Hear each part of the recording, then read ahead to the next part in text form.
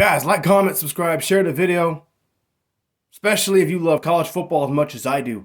Another way too early football game prediction. The Alabama Crimson Tide and the Georgia Bulldogs. I love talking about this game. As a matter of fact, let me get my Auburn jersey on for this one.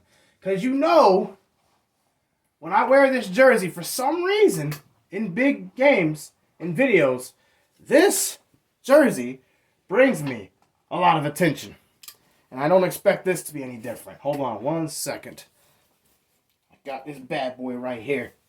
Whoa, Eagle. Okay. Now, Georgia versus Alabama. Look, I know people are saying, you know what? It's kind of like the Michigan situation. You lost your coach. You lost most of your coaching staff. You lost some key players to the transfer portal, some starters. But you still got a very talented roster. And it's Alabama, the king of the SEC. They have owned Georgia under Kirby Smart. Kirby's only beat them once. He failed to beat them in 17, the national championship game. He failed to beat them in 18, in the SEC championship game. He failed to beat them in 2020 at Alabama. He failed to beat them in 21 in the SEC title game. He did beat them one time in the national championship game, and then he failed this past year. You can call it refs, you can call it whatever you want, lines of scrimmage, toughness. He can't beat Alabama. So here's my prediction. Alabama has a new coach. Probably a new starting lineup on both sides of the ball outside of some key players. You lost a lot of defensive players. You got a new coaching staff.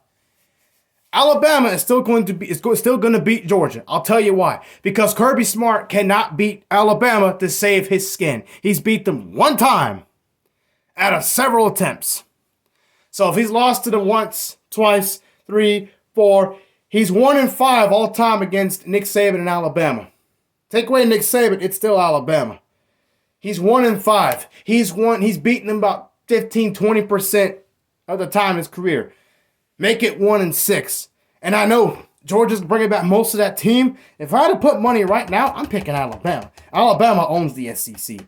That ain't changing. I don't understand why Alabama is expected to only win 9, 10 games. Alabama is Alabama. They ain't going nowhere. And again, I know Kalen DeBoer has not really proven himself in college football yet, but the man's a winner. Look at his record.